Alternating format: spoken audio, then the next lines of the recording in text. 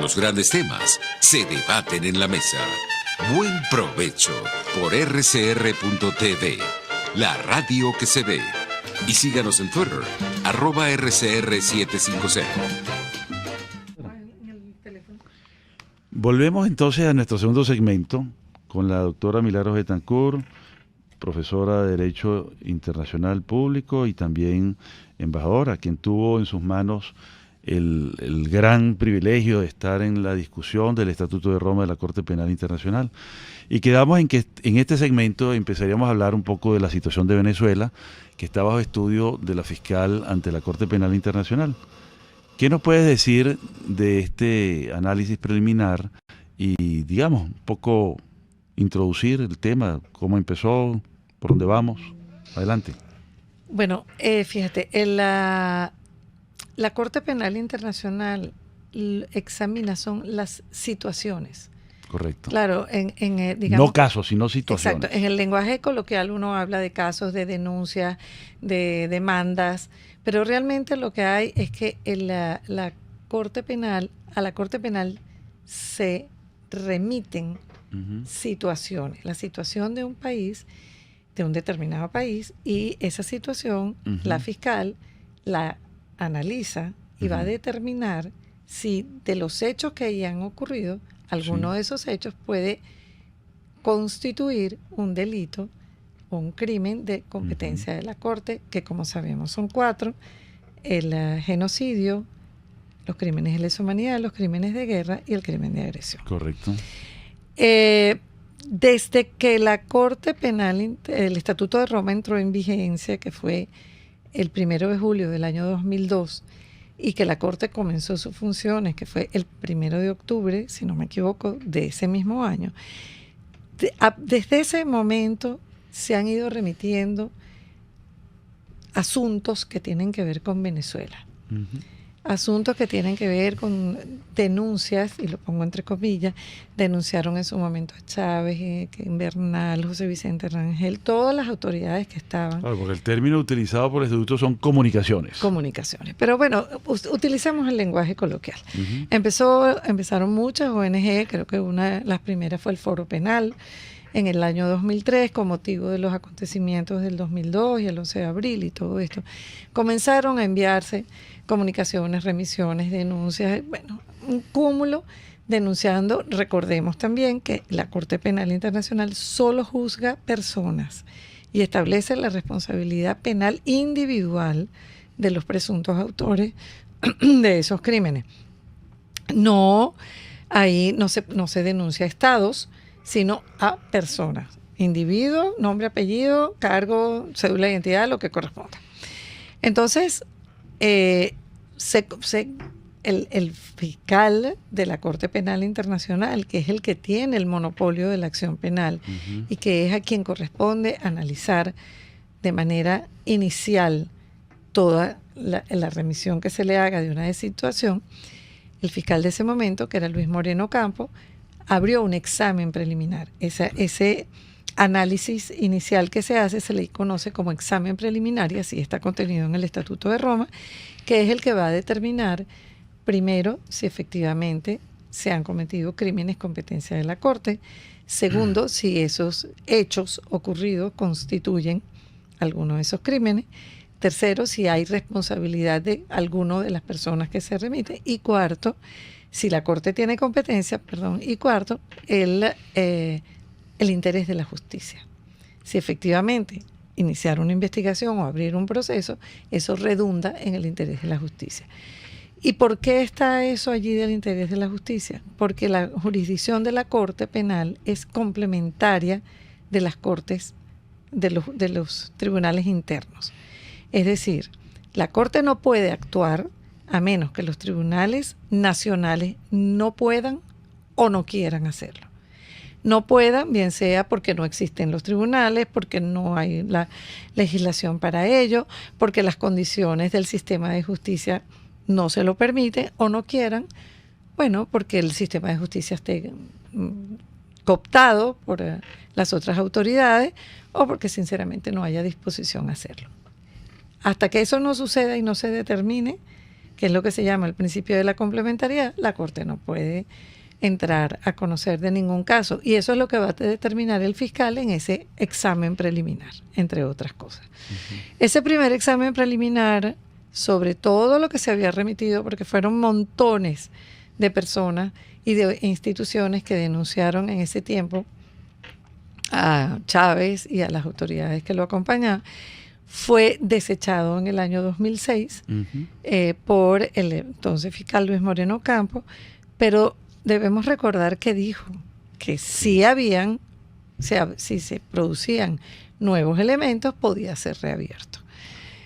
En el año 2017, pues... Hay algo interesante de ese asunto, perdóname que nos detengamos un poquito ahí, porque parte del examen preliminar es verificar la seriedad, la contundencia y la posibilidad de verificar la información. Correcto.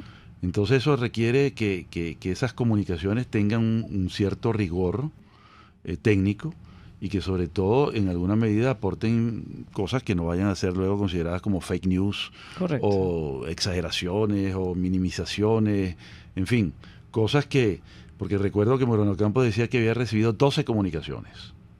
Sí, claro, es que... Y no le parecieron que tenían, no le pareció que tuvieran... sí, elementos suficientes. Elementos suficientes para verificar hay crímenes y hay responsables. Así es. La competencia material y la personal no estuvieron claros para él. Pues aparentemente no. Pero...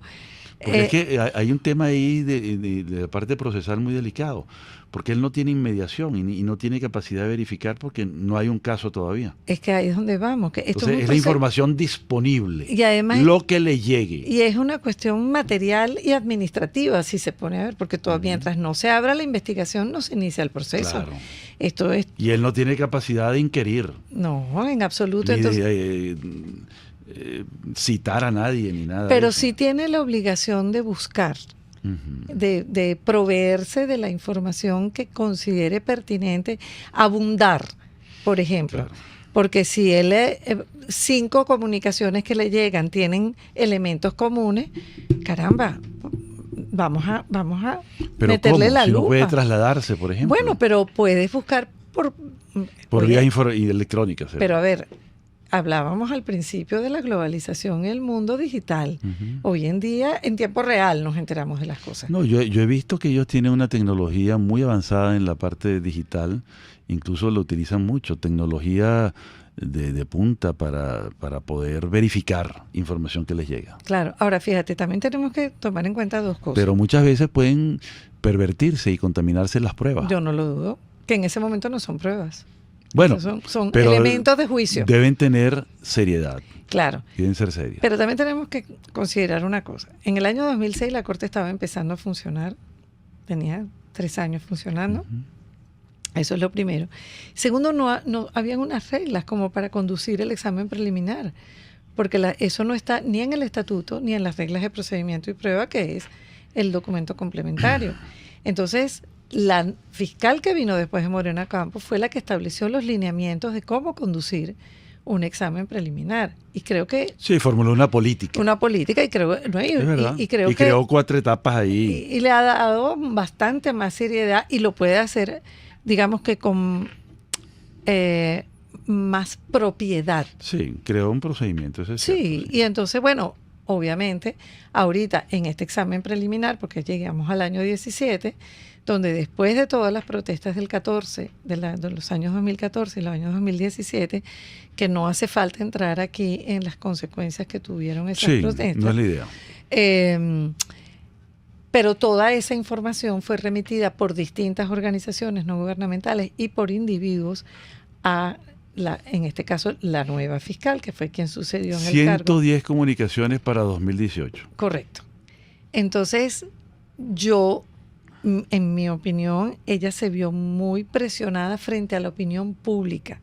No presionada por ningún gobierno, ni presionada, sino ante una cosa pública, notoria y comunicacional tan grave, se vio conminada por la opinión pública mundial, que condenó todos los hechos ocurridos aquí, tanto en el 2014 como en el 2017, a iniciar por su propia iniciativa el examen preliminar que está en curso en este momento. Claro, a eso se suma que entonces el año pasado en la OEA, por también iniciativa del secretario general Luis Almagro, que creó un grupo de trabajo para determinar si aquí en Venezuela se habían cometido crímenes de lesa humanidad, o sea, si de los hechos de estas protestas, pero fundamentalmente del 17, porque casi todo está concentrado en el 17. Y entonces 6 países, 6 estados miembros de la DEA decidieron hacer suyo el resultado del informe del grupo de trabajo. Es un informe de casi 500 páginas. Sí, muy fuerte. Sí, fuerte. Lo remitieron ya formalmente como estados partes en su derecho de pedir. Sí, tienen esa capacidad expresa. ¿Sí? De pedir que se analicen estos hechos. Que son estados además que participan en la Asamblea de Estados partes. Claro, pues son parte del Estatuto. Son muy activos. Eso es interesante, ese mecanismo de la Asamblea, que luego vamos a comentar un poquito. Pero continúa. Bueno, y entonces la fiscal, cuando recibe la remisión por parte de estos 6 estados, decide que, bueno, que los va a incorporar al análisis preliminar que está haciendo, porque ella, cuando abre el examen preliminar, ella se circunscribe a los hechos del 2017. Cuando recibe esta información, esta remisión por parte de estos 6 estados, que están mencionadas las protestas del 2014 y los hechos del 15 y del 16 y todo lo sucedido, decide que entonces tomará en cuenta toda la información incorporada, lo cual nos hace presumir que también abarcará el tema, las protestas o los hechos ocurridos y la situación de Venezuela a partir del 2014. Estamos ahora en otra circunstancia, que es la remisión que acaba de hacer, que la llaman denuncia o demanda, que acaba de hacer Jorge Arreaza contra el presidente Trump y autoridades de los Estados Unidos. Y el gobierno. Y el gobierno de los Estados Unidos por las llamadas sanciones que vienen ocurriendo desde el año 2014. La fiscal ha dicho que lo recibe y que estudiará la posibilidad de incorporar esto también al examen preliminar. Aquí habrá que esperar cómo se va a conducir ella. Sí. Ya ella tiene el monopolio, lamentablemente, de esto, y habrá que esperar qué va a pasar. Y su oficina tendrá que elaborar una conclusión técnica para determinar si siguen adelante o no, porque ahorita estamos, luego que se ha verificado la seriedad de la información y de las comunicaciones, y que se ha concluido, se puede llegar a concluir que hay competencia material, territorial y personal, se pasaría a esa tercera etapa para estudiar la admisibilidad y complementariedad que tú acabas de describir, ¿no? Sí. Entonces, a lo mejor esto va a retardar ese proceso. Claro, y ella después tendrá que tomar una decisión de si abre o no la investigación. Vamos entonces a nuestro próximo bloque y a tomarnos un pequeño descanso de unos minutos. Muchas gracias. Análisis, opinión, entretenimiento y mucho más. Escucha Buen Provecho por RCR.tv, la radio que se ve